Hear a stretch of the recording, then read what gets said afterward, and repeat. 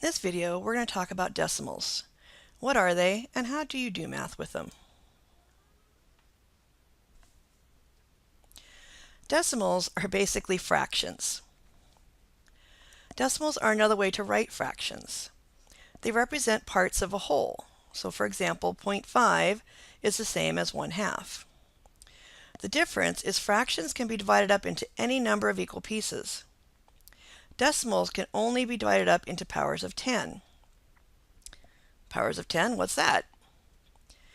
Well, I can divide the following one whole into 10 equal pieces, or I can put it into 100 equal pieces, which is 10 times 10, or 10 squared, or into 1,000 equal pieces, which is 10 times 10 times 10, and so forth.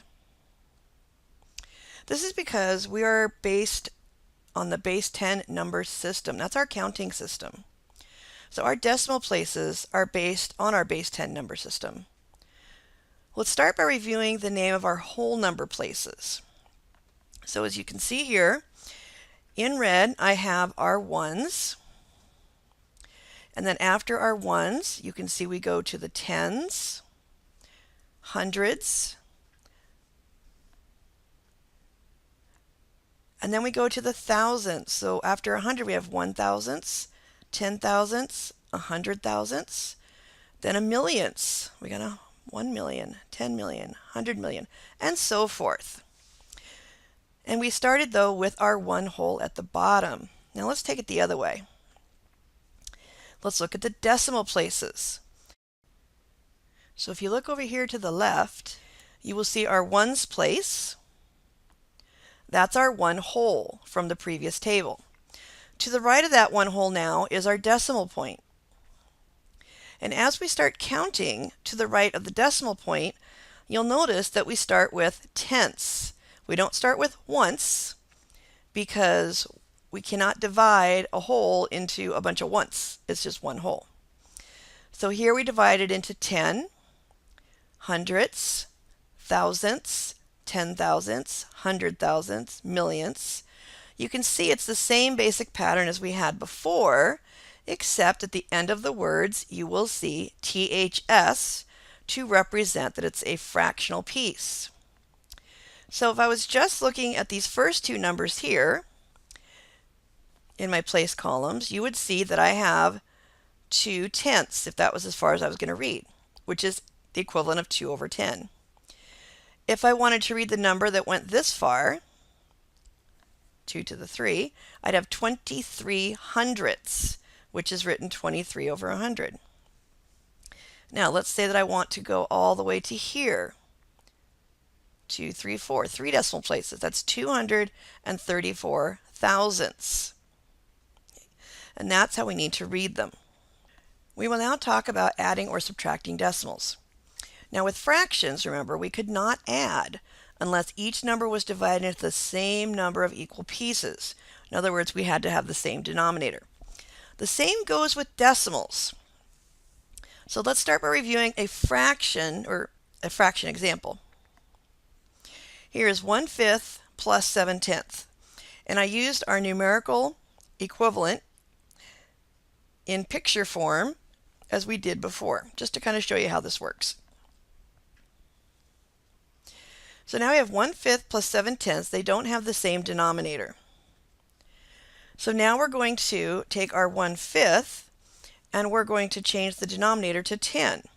So to do that, I need to multiply the denominator of 5 by 2 and the numerator by 2, because we can multiply only by 1.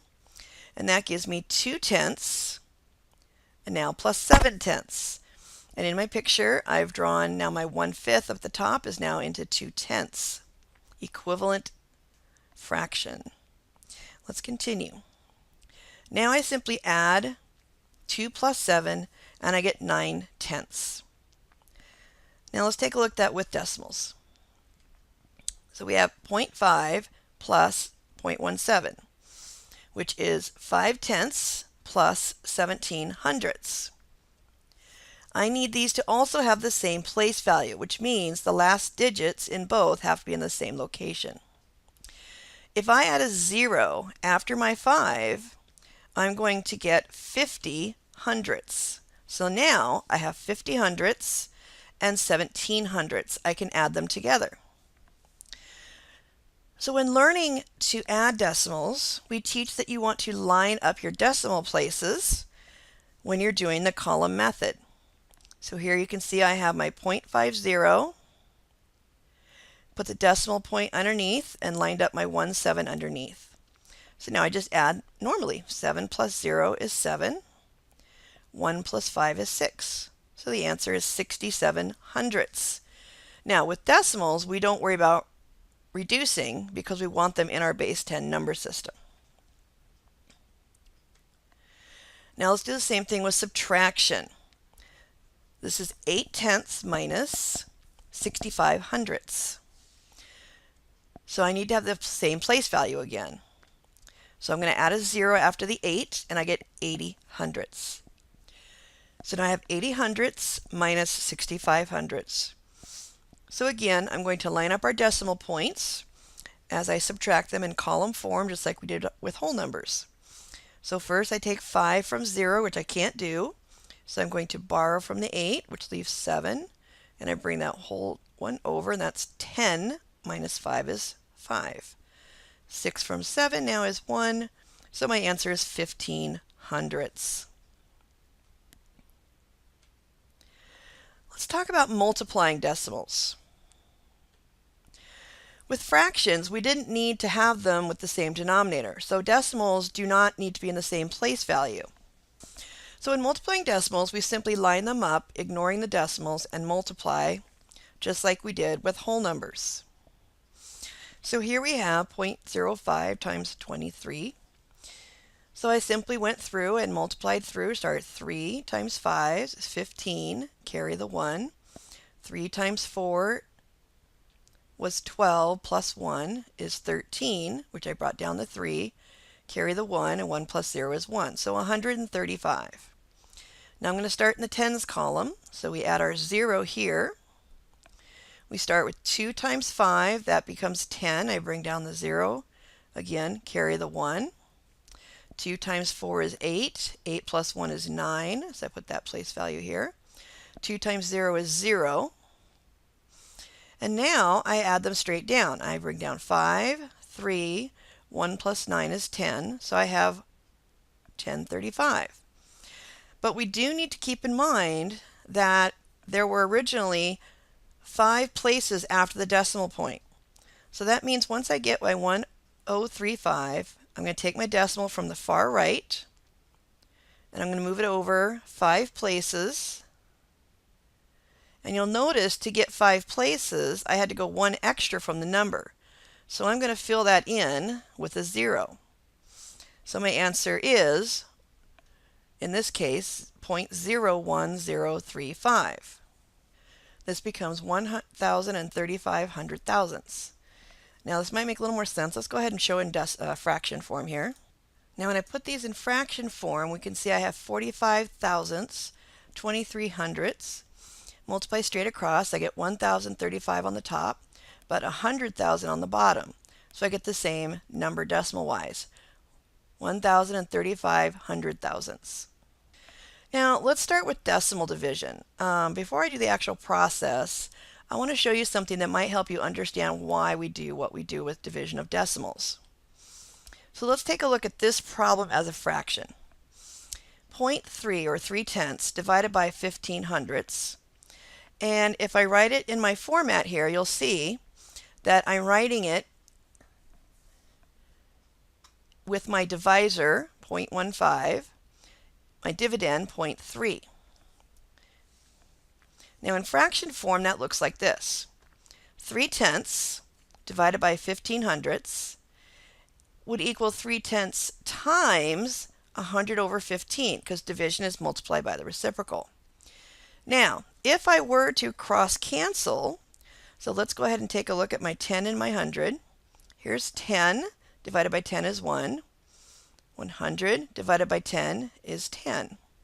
So now I have 3 times 10 over 1 times 15, which is 30 divided by 15.